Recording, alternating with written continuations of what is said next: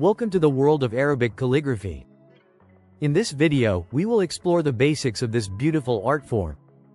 Arabic calligraphy is not just writing, it's a way to express emotions and creativity.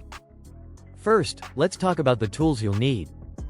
A calligraphy pen, ink, and high-quality paper are essential. You can find these at art supply stores or online. Next, practice the basic strokes. Start with simple lines and curves. These strokes form the foundation of all Arabic letters. Now, let's learn some letters. Begin with the letter Aleph. It's a straight line, and mastering it will help you with other letters.